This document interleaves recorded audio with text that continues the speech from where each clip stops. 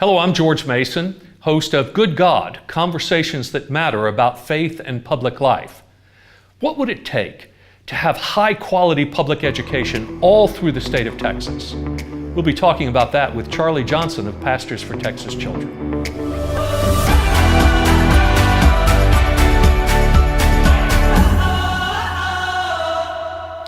Welcome to Good God. I'm joined by Charlie Johnson, my good friend, who is the founder and executive director of Pastors for Texas Children.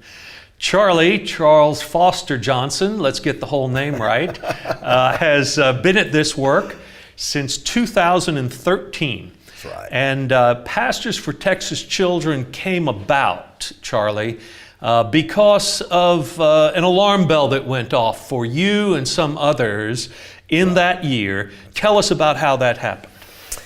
Well, several years before that, George, our friends at the Christian Life Commission asked me to represent the Baptist General Convention of Texas in public education advocacy.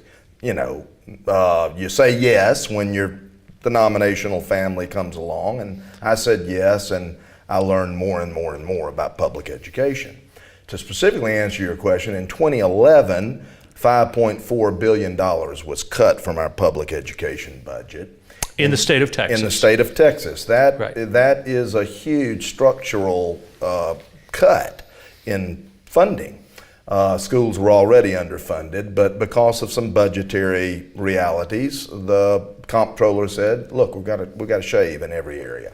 So everybody sort of gutted it up, teachers, superintendents, policymakers, advocates, parents, and we made that cut. Then 2 years later, we were flush again with a lot of money and a big old surplus, but only $3.4 billion of those $5.4 billion were restored. So I started asking the question, what's going on here? And I did not like the answers. But essentially, what I learned was that there's an attack on public education in the state of Texas among some stakeholders, among some policymakers, some business leaders. They represent a minority. I'm convinced of that, but they certainly have garnered some political will to do some damage to our schools. And all of this time, the population of students in public schools in Texas has not been shrinking. It's been expanding, right? 80,000 new students a year in our system. Most of those students are poor. A lot of those students are English language learners because of the situation in Texas with our neighbors being from various backgrounds, not just Latino, but also Asian and other ethnicities. So this is putting a huge strain on our public education system. Well, so what is Pastors for Texas Children as an organization?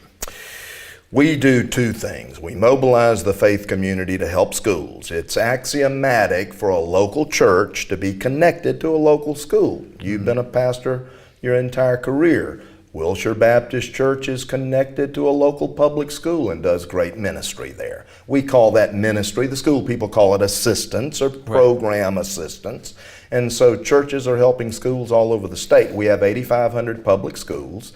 And most of those public schools have community partners, churches, civic clubs, businesses. The second thing we do, a little tougher, but we train ministers about how to be a voice for good school policy, good public education policy. Basically, funding those schools adequately, preventing the privatization of public education. I bet we'll talk about that some. Also, early childhood education. We know now because educators tell us if we can get a child in a high-quality instructional program earlier, the chances of that child's success in life increase dramatically. So those are and now we're also starting to join a conversation about the role of charter school education in Texas. We have some great charters in Texas, and we wholeheartedly affirm those charters. We have some that aren't great. Yes. And we want a better policy of accountability regarding charters. So those are our four. I think it probably would be helpful to people to realize that when we're talking about churches And that includes synagogues and any other religious communities Sure. that might get involved with Congregations. Congregations is a better way to put that. That we're not talking about going into those schools to impose our religious views in some sense. We're going to actually do what the schools say they need to have done: mentoring, tutoring, material assistance Right. for where the teachers are pulling money out of their own pockets. Exactly. To, backpacks with food for the weekend and Right. and summer sustenance for kids that don't have meals during the summer. All of these are different ways that the congregations can get involved. It's a very important clarification. We don't come in preaching and praying. That belongs in the home and in the congregation. We come in helping. We're hands and feet. Yes. We are faith motivated. Yes. And that's an important part of our message and our mission. But we come in with those tangible assistance programs, and you just listed them. If we can get trained church members to come in as mentors and tutors for a child that needs a little extra help, holy cow, that child's academic performance goes through the roof, even 1 hour a week. And so we promote that kind of community partnership, community involvement, and you also said another very critical thing: always in submission, there's a freighted term, Yes. but in submission to the educational leader. We don't come in large and in charge. Right. We sit down with that principal and ask, how can we help? Right. What can we do? Right. And really mean it. So I think it's important too, especially when you have a name like Pastors for Texas Children. Right. There may be an assumption for people who don't know that we are advocating for private school religious education, in a sense. And the name doesn't necessarily say what we're doing with this. But I think it's important also to help people think about the fact that there are private schools, there are neighborhood public schools, Sure. and then there are public schools that are charter schools. That's correct. And so these three are the types of schools that exist in our state. The funding for both public neighborhood schools and public charter schools comes from our taxes, That's right. property taxes, plus state taxes that come from our business franchise taxes That's and the like in correct. our state budget. And then private schools are funded through personal contributions of families and philanthropy and the like. But those distinctions are now, there's an attempt to see them as one pool from which all the money should be drawn to be distributed according to the dictates of parents. So let's address the question of whether public education and private education should continue to be separate or whether they ought to be closer together. Yeah. So the private school was started in the first place so that those children would not have to submit to state oversight and state accountability, so that religious programming could be done through those private schools. Usually they have. Most of them do have a religious point of view. We believe, we are wholeheartedly affirming of that, of the private school for those families for whom private education works better for their children. We don't want the government coming in through vouchers and other privatization measures, giving the private school money, and then coming and saying you have to take the STAR test, you have to subscribe to all of these accountability measures. So we have lots of private school pastors in our network. We have pastors with church schools that say no to those privatization policies. Because when the government comes in and begins to regulate, there is a loss of religious liberty that those schools experience. That's it. It's the camel's nose under the tent, so to speak. It is. And it's better to have that separation, but there's a seduction, isn't there? There is. And so religious liberty and church-state separation is a key principle for our movement and our network. on both the establishment side of the First Amendment and the free exercise side. Right. We want those private schools to be able to do as God leads them to do. Right. That is part of our God-given liberty and to express our devotion to God in the way the Spirit of God leads us.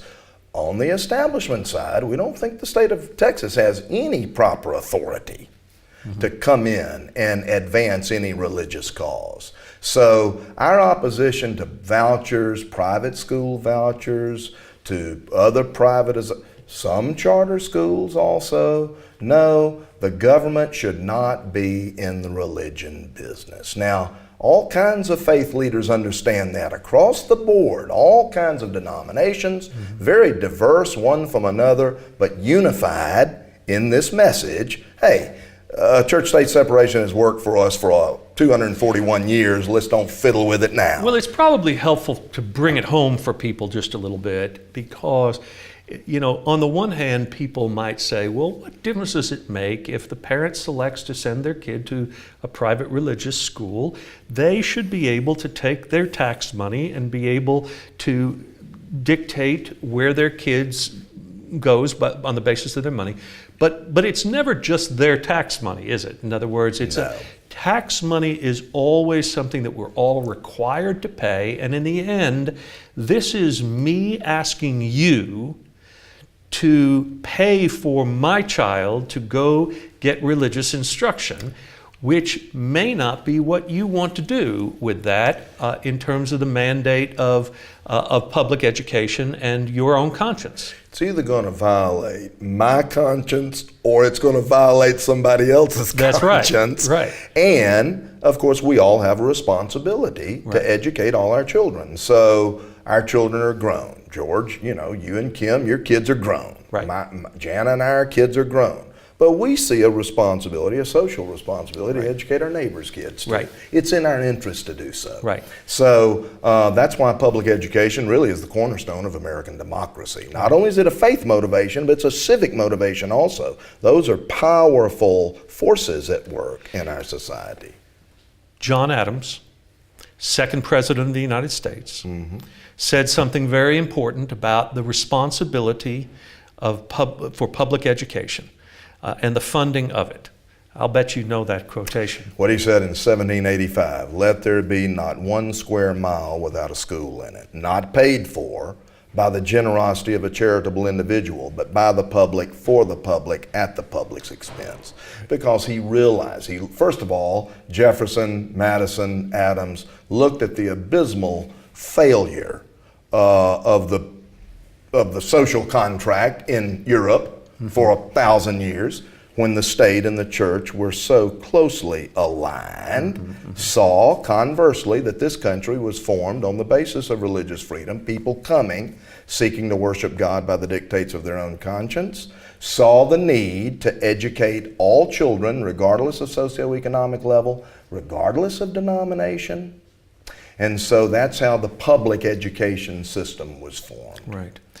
Well, and it has a purpose beyond simply giving knowledge to children so that they will not be lacking in understanding of the world. It's also to give them the ability to function as responsible citizens. Well, right? It's so true. The state of Texas, in our constitutional principles, Article 7, Section 1, a general diffusion of knowledge. I think our forebears put it very ingeniously. A general diffusion of knowledge being essential to the preservation of the liberties and rights of the people, comma.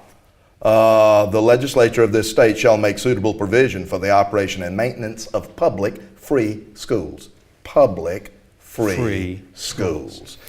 Well, we're going to take a brief break and talk a little more about Pastors for Texas Children as an organization.